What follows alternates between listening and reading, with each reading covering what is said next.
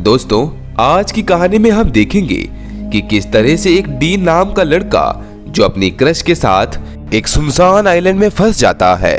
इसी तरह से हमारी आज की कहानी की शुरुआत होती है और हम एमा नाम की लड़की को देखते हैं जो सोकर उठती है और उठकर अपने डेली रूटीन को फॉलो करती है।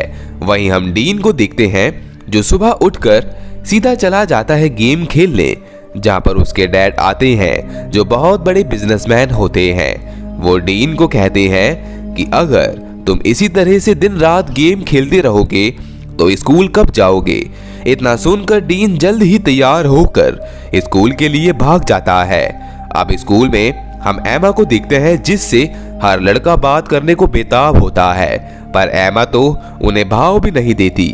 अब यहाँ पर डीन भी आ जाता है। हालांकि डीन भी एमा को पसंद करता है पर वो उसको कुछ खास भाव नहीं देता। तभी यहाँ पर इनके प्रोफेसर आते हैं जो सबको बताते हैं कि हम सब एक ट्रिप पर जा रहे हैं जो जगह बहुत अलग है।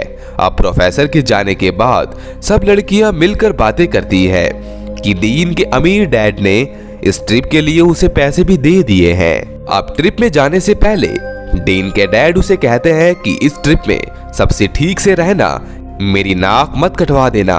इसके बाद हम डीन को और बाकी सबको उसी ट्रिप में देखते हैं जहां पर वो पहुंच चुके होते हैं। तभी रात होने पर एमा की फ्रेंड्स उसे कहती हैं कि चलो एक यार्ड में चले जहां पर सब लोग पार्टी कर रहे हैं। पहले तो वो मना करती है पर बाद में मान जाती है।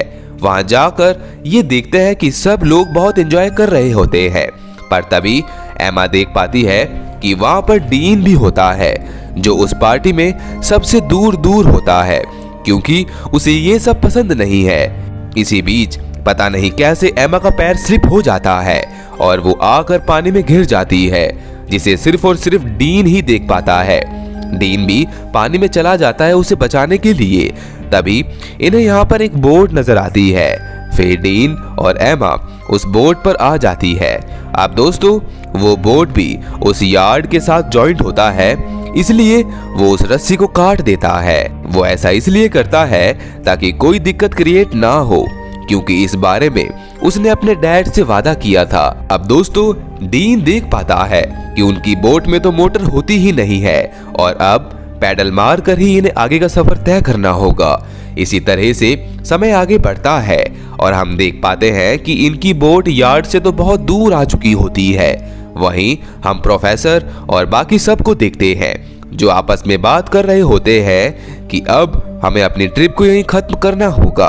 और तो और इन्हें यहाँ पर पता चलता है कि एमा और डीन भी इनके साथ नहीं होते। वहीं हम इन दोनों को देख पाते हैं जो पता नहीं कौन सी दिशा में जा रहे होते हैं। यहाँ पर दोस्तों, इन्हें दूर एक आइलैंड दिखता है तो एमा डीन को वहां जाने को कहती है।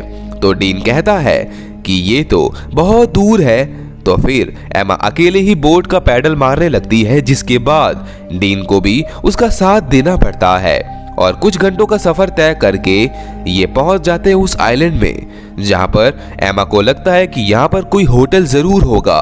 उसी की खोज में ये उस आइलैंड के अंदर जाते हैं जहां पर इन्हें एक बहुत सुंदर वाटरफॉल देखने को मिलता है। इसके बाद ये फिर से उस आइलैंड के अंदर जाते हैं जहां पर इन्हें कोई होटल देखने को नहीं मिलता। अब इन्हें पूरी तरह से यकीन हो जाता है कि ये खो चुके हैं। अब यहाँ पर डीन को एक आइडिया आता है। वो कहता है कि क्यों ना हम किसी दूसरे आइलैंड पर चले, क्या पता हमें वहां पर किसी की मदद मिल जाए। तो ये आइडिया एमा को भी ठीक लगता है, इसलिए वो किनारे की ओर जाते हैं। अब जब ये किनारे पर आते हैं तो ये देख पाते हैं कि इनकी बोट तो यहाँ पर होती ही नहीं है।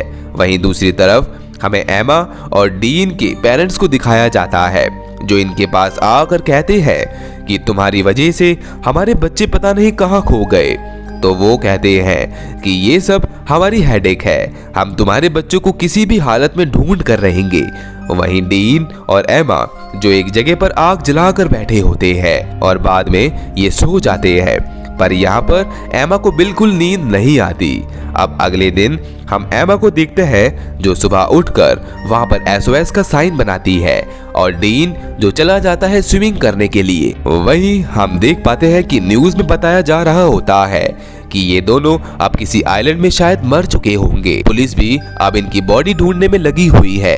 पर दोस्तों, डीन के डैड को अपने बेटे पर पूरी तरह से यकीन होता है कि उसका बेटा तो इतनी आसानी से गिव अप नहीं कर सकता, और फिर वो अपने बेटे को एक चॉपर की मदद से ढूंढना शुरू करता है। वहीं वो दोनों जो आपस में बैठकर ढेर सारी बातें करते हैं।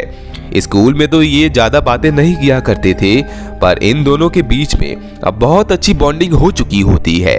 यहाँ पर डीन एमा को बताता है कि एक दिन मेरी मॉम मेरी वजह से एक स्टेयर से गिर गई, जिससे मेरी मॉम हमें हमेशा हमेशा के लिए छोड़कर चली गई, और इसीलिए मैं आज तक अकेला रहता हूँ।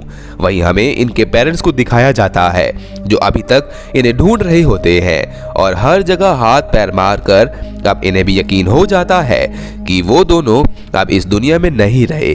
तभी हम डीन और एमा को देखते हैं जो साथ बैठकर बातें कर रहे होते हैं। एमा कहती है कि कब तक हम ऐसे रहेंगे, तो डीन कहता है कि ये सब तो मुझे भी नहीं पता। अब तभी दोस्तों यहाँ से एक प्लेन गुजरता है जिसकी आवाज डीन सुन लेता है, और तभी वो फ्लेयर गन लेने जाता है, पर सही मौके पर उसे फ्लेयर नहीं मिलती और वो फिर से परेशान होकर बैठ जाता है। अब तभी डीन की नजर ऊपर पेड़ पर जाती है, जहाँ पर वो देख पाता है कि एक बंदर जिसने इनकी फ्लेयर गन हाथ में पकड़ी होती है, जो एमा उसे केले का लालच देकर जिसके बाद वो फ्लेयर गन नीचे फेंक देता है। इसके अगले दिन दोस्तों इनको एक बार फिर से आसमान में एक उम्मीद नजर आती है। दोस्तों, एक चॉपर जो इनके आइलैंड से गुजर रहा होता है, तो एमा बिल्कुल सही मौके पर फ्लेयर गन को शूट कर देती है, जिसको वो चॉपर देख लेता है, और फिर इन दोनों को रेस्क्यू कर लिया जाता है।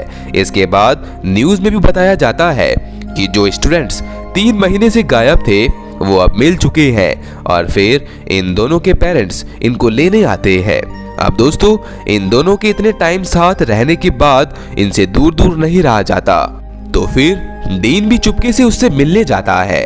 पर दोस्तों पता नहीं क्यों एमा उससे ठीक से बात नहीं करती, और ये सब देखकर डीन को भी अच्छा नहीं लगता।